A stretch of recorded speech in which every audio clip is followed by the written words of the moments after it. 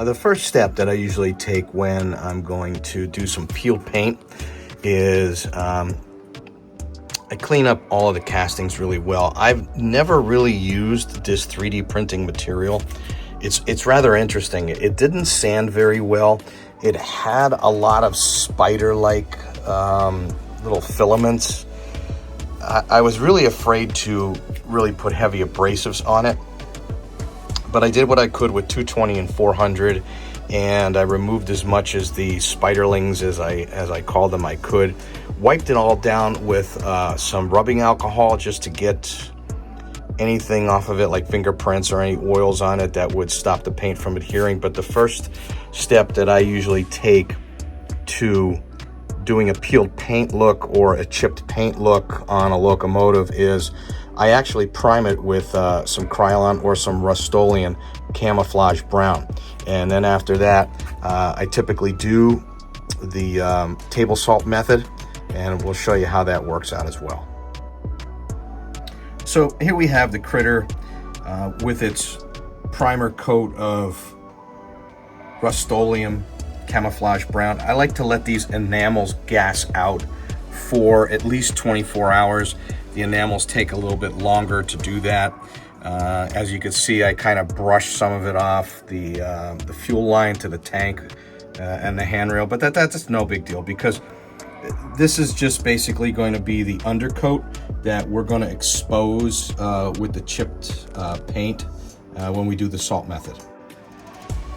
I spent some time last night doing some research to find some pictures of rusty, crusty diesel or gas mechanical locomotives, and the ones I kept finding were either somebody's watermark or they were attached to a Reddit post or something, and I thought, you know what, I'm not going to include these. But let me just say this: if you do a search, a Google search, you'll come up with plenty of pictures that will give you some examples and some inspiration on how you want to do some weathering and some chip paint on your diesel or your gas mechanical. Now, let's keep in mind that railroads typically kept maintenance on their locomotives, and if you're really looking for that rundown look, yeah, you'll find it. They were most likely in the weeds at the time and not necessarily running, but you can achieve that look if you want to. We're going to go a minimalist here, and of all the research that I did, you're going to find that a lot of the chipped paint typically ends up on edges of materials, maybe a little bit in the middle as it's exposed, but it's mostly around the edges, and that's what we're going to focus on here. Some of the stuff that I utilize is I use Q-tips as an applicator for the water, and I'll explain that in a second. I typically utilize distilled water. You don't have to, but I do. And then basically table salt.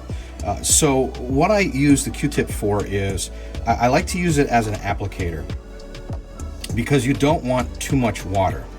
You don't want the salt to dissolve on the surface.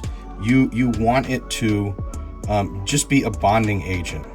So I just take the Q-tip and I wet it, and I just kind of put it on the edges of where I want the salt to bond to, and then I'll just take the salt and I'll just sprinkle it in the area where I have the water, and then I'll just kind of just let it sit. And it's kind of a slow process. You have to do a little bit at a time because you want the salt to adhere and you want it to dry, and you don't want to knock it off. So I'll do like that little portion right there.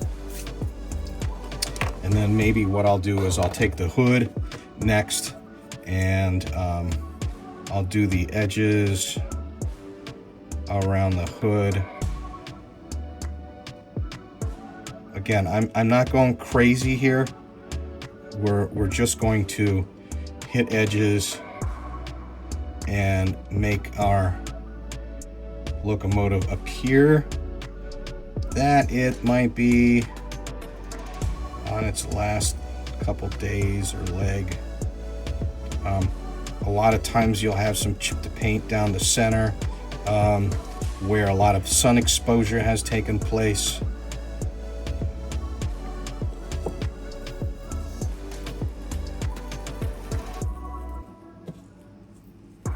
as you can see, I'm making a mess of my workbench here, but it looks like hell right now, but that's basically it. That's it in a nutshell. And then what we do is we let this all dry. And then the next step will be to hit this with our color coat. Do a little bit of cab here. I'll do one side of the cab, I'll show you. We want the edge of this roof.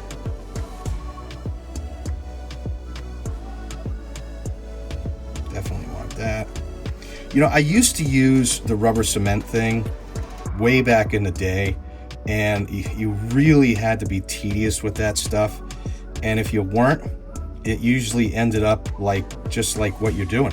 It would just look like globs of paint that were removed in some haphazard manner, and it really didn't look very realistic.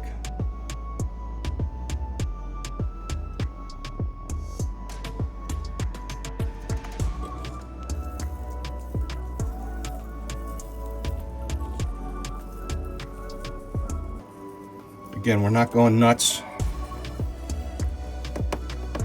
but that's it.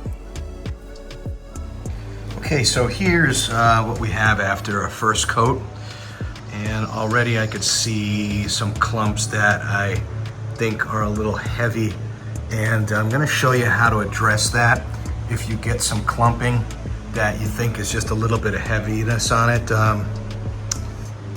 But overall, I love this color on critters and small locomotives. In the past, we used to use tape to remove rubber cement and such. And I don't know if gentlemen are using that today with the salt method, but I like to use a stiff bristle brush. And basically it's just brushing off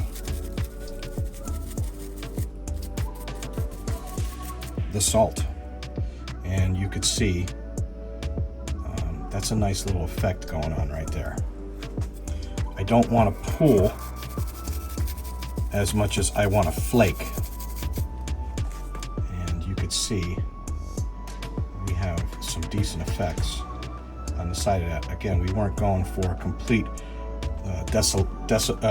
desolated destruction out on the, the end of the rip track here. But basically, that's what I do. And that's how I achieve it.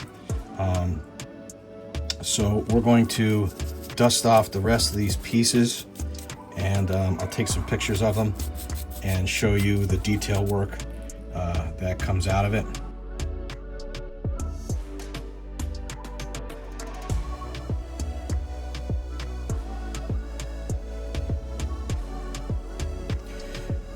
We're at the point where we're going to start adding some depth. And I mentioned earlier that if you had areas where you felt there was too much paint removal, now I'm not saying this bothers me, but if you find something that there's too much paint removal, you could take your original paint, and some people ask me, this is what I used, and just give it a dust pass with a spray. Just a dusting, nothing heavy. I start far away and just give it a dust.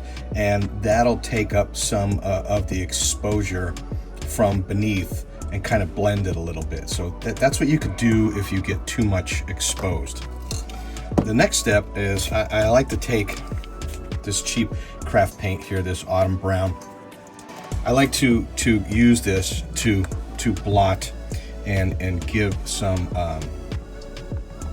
rust depth to it by just kind of blotting like that, and then just give a little wipe with the paper towel, and we're actually adding some depth to it, just a little bit. You don't want to overdo it. Just like that. In the case of this technique here, less is always more, because you can always go back and kind of add to it but I like to use the autumn brown and not necessarily a rust color because I like it muted. So this adds another layer to your rust. Again, wherever you think.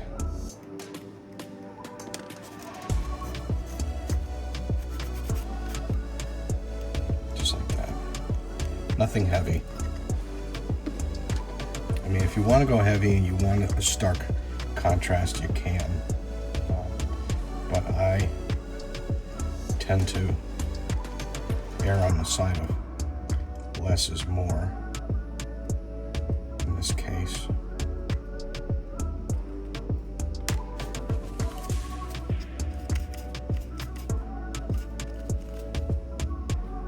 There you go. I don't know if the camera's picking that up or not, but and again, this is just another layer, and this will be blended obviously with further weathering.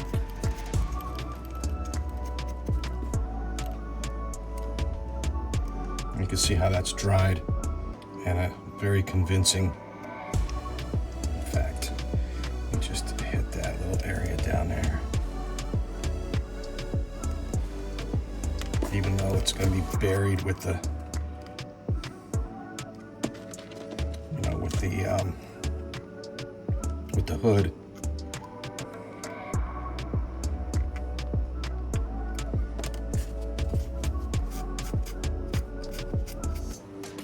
There you go. You can see how this is dried now. And again, we look fairly convincing.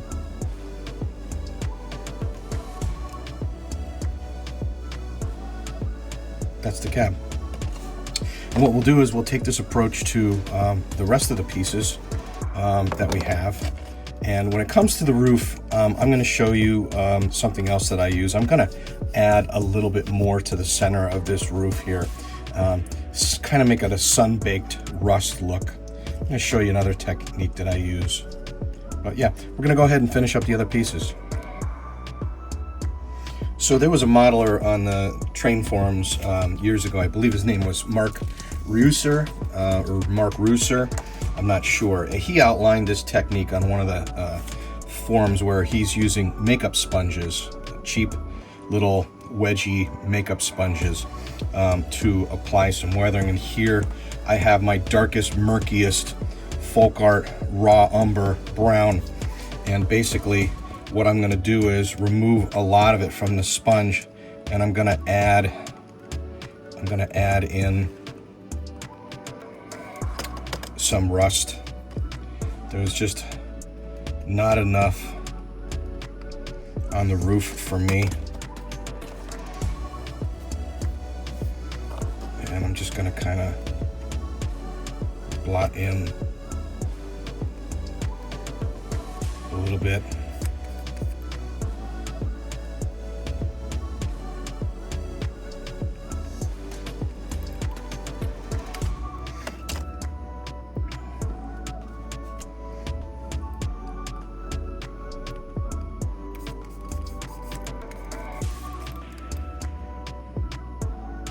Hope the camera gets that.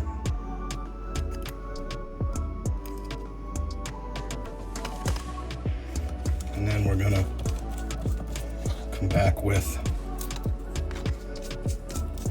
some more of this autumn brown.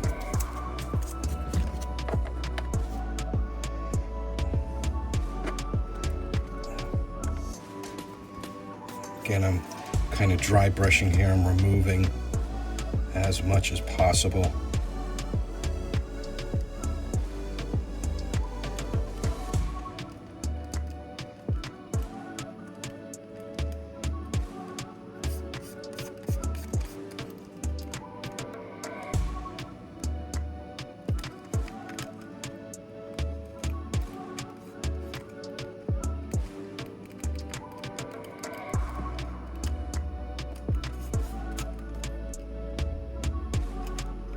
I mean, you could hit the whole locomotive with this if you wanted to, but you know, the roof is always susceptible to much more UV degradation, I guess you could call it, than the rest of the locomotive. But that's about as far as we're going to take that roof right there.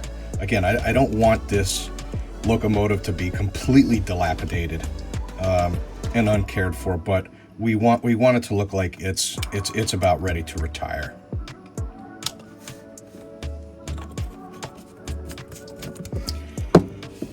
So what we'll do is follow this up with probably a wash of India ink after we get some number decals applied to this. I might not put numbers on it at all.